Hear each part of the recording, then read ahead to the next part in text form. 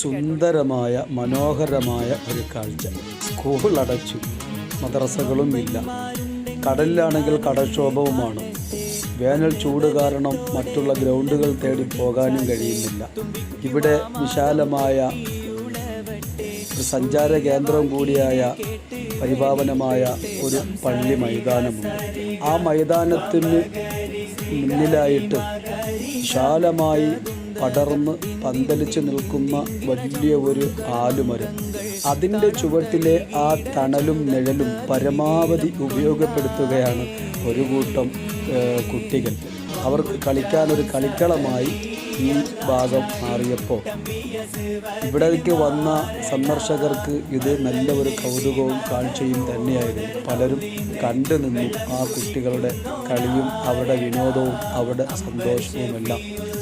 പ്രസിദ്ധമായ തിരുവനന്തപുരം ജില്ലയിലെ ഭീമാപ്പള്ളി എന്ന് പറയുന്ന ദർഗയ്ക്ക് മുമ്പിൽ കണ്ട കാഴ്ചയാണ്. അവിടെ വിശാലമായ മണൽപ്പരപ്പാണ് അവിടെയുള്ളത്. എങ്കിലും തണലുള്ള ഭാഗത്തേക്ക് ആ കുട്ടികളുടെ ആ കളിയും സന്തോഷവും എല്ലാം നമുക്ക് മനസ്സിന് നല്ല കുളിർമ നൽകുന്നത് തന്നെയായിരുന്നു.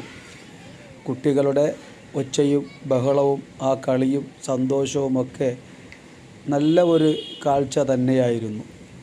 ഭീമാപ്പള്ളി പ്രദേശത്തിനെ സംബന്ധിച്ചോളം വിശാലമായ മണൽപ്പരപ്പും ഗ്രൗണ്ടും പാർക്കിങ്ങും സഞ്ചാരികൾക്ക് ഇവിടെ ഇരിക്കാനും വിശ്രമിക്കാനും ഒക്കെയുള്ള എല്ലാ സംവിധാനങ്ങളും ഇവിടെ ഒരുക്കിയിട്ടുണ്ട്. ഈ കാണുന്ന മണൽപ്പരപ്പൊക്കെ ഉണ്ടെങ്കിലും വെയിലും ചൂടും കാരണമാണ് ഈ വിദ്യാർത്ഥികൾ ഈ മരത്തിൻ്റെ ചുവട്ടിൽ വന്ന് കളിക്കാനിരിക്കുന്നത്. ഏതായിരുന്നാലും ഇങ്ങനെ ഒരു അനുഭവം നമ്മുടെ ചെറുപ്പത്തിൽ നമുക്ക് ഉണ്ടായിട്ടുണ്ട്. ഈ ഒരു അനുഭവം നമ്മുടെ കുട്ടിക്കാലത്തും നമുക്ക് നേടാൻ കഴിഞ്ഞു.